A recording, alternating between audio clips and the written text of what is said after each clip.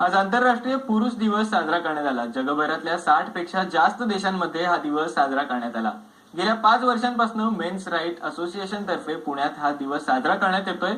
याच निमित्तानं पुण्यात जंगली महाराज रस्त्यावर जनजागृती रॅली काढण्यात आली।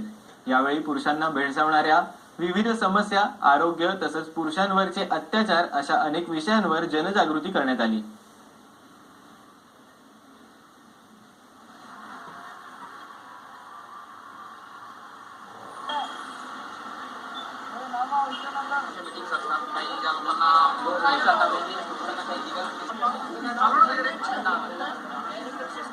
आज समाजामध्ये प्रत्येक दिवस सेलिब्रेट होतात। पुरुष प्रत्येक गोष्टीसाठी आज झटत असतो, पण त्याला आज कोणी थँक्स म्हणायला नसतं।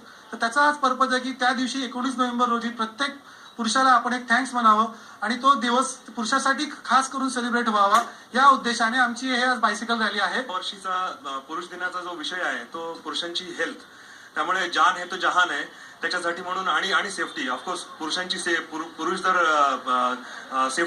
सेफ्टीनी जर त्यांनी व्हेकल्स ड्राईव्ह केले, रस्त्यावरती वाहतुकीचे नियम पाळले तर डेफिनेटली पुरुषांच्या त्यातनं होणारे ऍक्सिडेंट म्हणा किंवा शारीरिक इजा कमी होतील आणि सो जान है तो जहान आहे, दॅट इज द थीम। विधानसभेचे माजी उपाध्यक्ष प्रमोद शेंडे यांचं नागपूरमध्ये दीर्घ आजारानं निधन झालं। त्यांच्या